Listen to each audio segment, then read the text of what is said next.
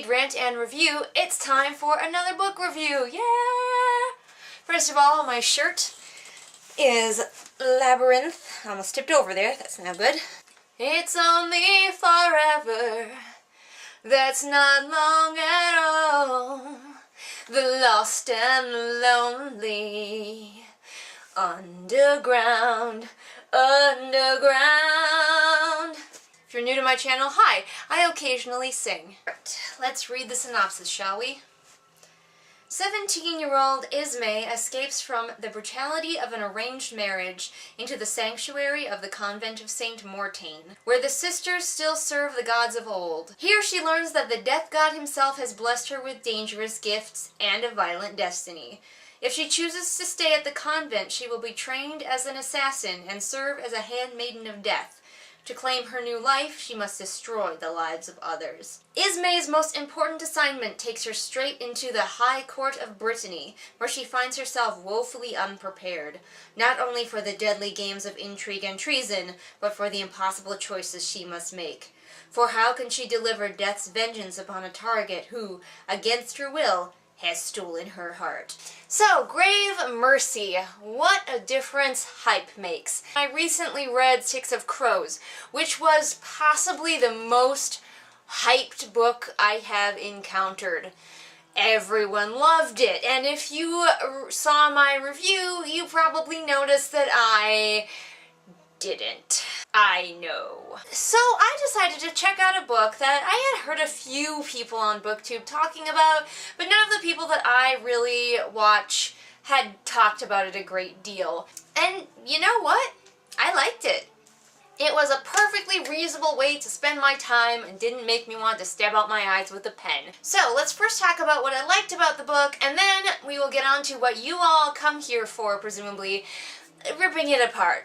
One of the main things that really drew me to this book is I am super interested and intrigued by death gods in stories and people who are servants or children of death gods. An awesome thing about the Becca Cooper series, which by the way you should go read, was that she was a follower of their death god. Our main character is a daughter of death. Death itself, himself I guess, boinked our main character's mother, which resulted in our main character. Another thing that I really liked about this book was their romantic interest. At first it seemed like maybe they were going to try to go with the angry, broody angle, but that really did not last very long, and it turned out that he was a really sweet and caring guy. And damn it, we need more of those as love interests. While this book could be a little bit slow at times, I didn't really mind that too much because there was some political stuff going on, and also the ending seemed sufficiently stressful to me. I wasn't like, you know, chewing my nails or anything, but I was like, yeah, I can dig it. The stakes are pretty high. I also really liked, and you guys know I appreciate this, if you have not checked out my video about tropes, about female characters that annoy me, please go check that out. Links in the doobly-doo. And I talked in there about how we often see these fake badass characters where we're told that they are a killer or an assassin or a dangerous person, and then we never actually see them kill someone. In this book, we see our main character, who is an assassin, assassinate people. Hallelujah! Now, while this main character can be a bit of a cipher and doesn't have what I would call a particularly strong, well-rounded personality, she does have enough going for her that I was engaged enough to read her. She's got her head straight.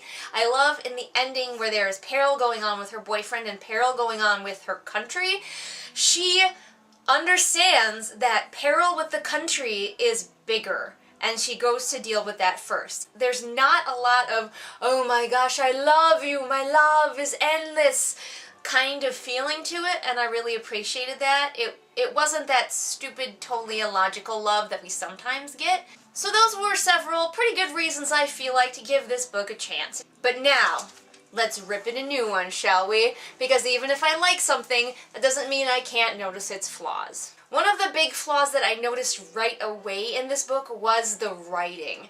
Now, I know the author was going for something a bit more stylized, and sometimes it worked, something that sounded maybe a little bit more old-fashioned, but other times it was just very clumsy, and I really wasn't certain if it was just a mistake. There was a lot of telling and not showing, especially at the beginning of the book.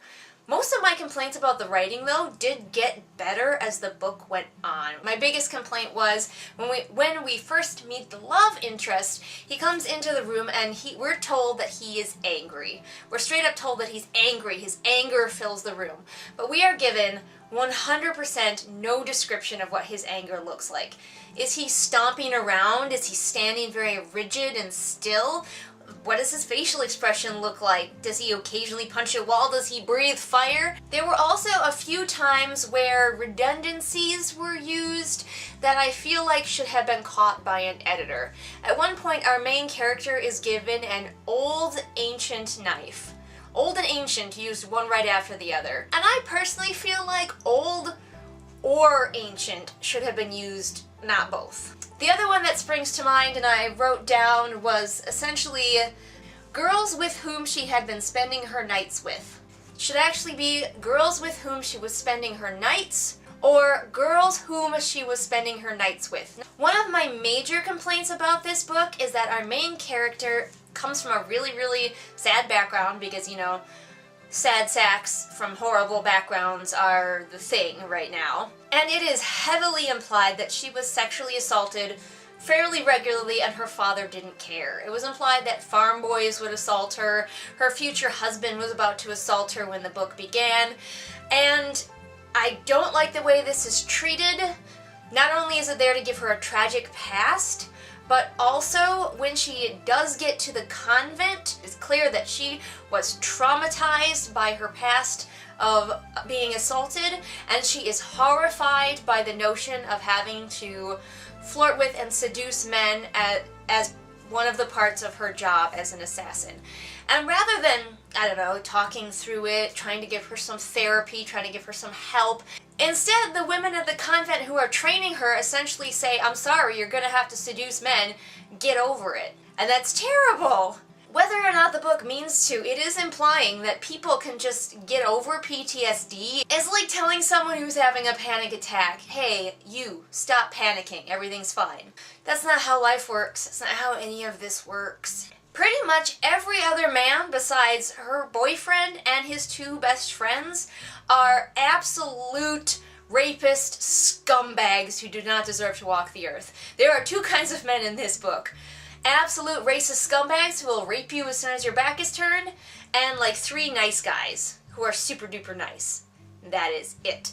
As a result of this, the romantic interest, who is very nice, and as I said, I do appreciate that about him, he can also come off as too good. Too much of a shiny, goody-two-shoes character. In the beginning, our main character is supposed to be suspicious of him, thinking that perhaps he is trying to sabotage his sister somehow because she's going to be their ruler.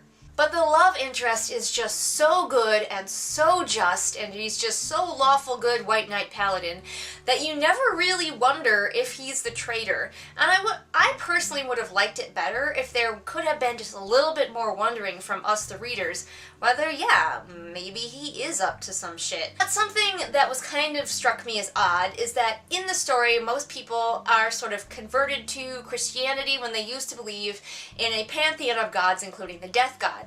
And all of the old gods have been turned into saints in favor of the single Christian god. That's fine, whatever. The Daughters of Death, these assassins, are definitely considered to be the children of death. It does not question what their role is. If they come up and say to somebody, that person needs to die, they will be believed, because for some reason, even though people don't believe in the death god, they still believe in the death god. And I'm just really confused why people who are so willing to demote this god to sainthood still completely believe in his followers and their magical powers and abilities given to them by something that's not even a god anymore. Alright, I'm going to be spoiling a little bit about the ending here, and this is where the heavy spoilers come in. So if you don't want to hear this part, I'm going to put up a little spoiler warning, and when it goes away, the spoilers will be all over with. So at the end of this book, the love interest gets poisoned. The main character is immune to poison, and she is somehow able to detect this poison in him, even though she's never done that before. We'll kind of talk about that in a second.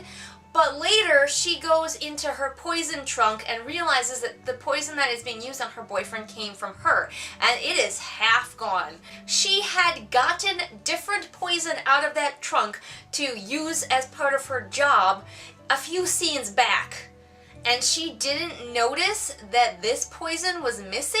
She said he must have had access to it while I was traveling, which means she definitely should have noticed an entire half of that vial was missing when she last used her poisons.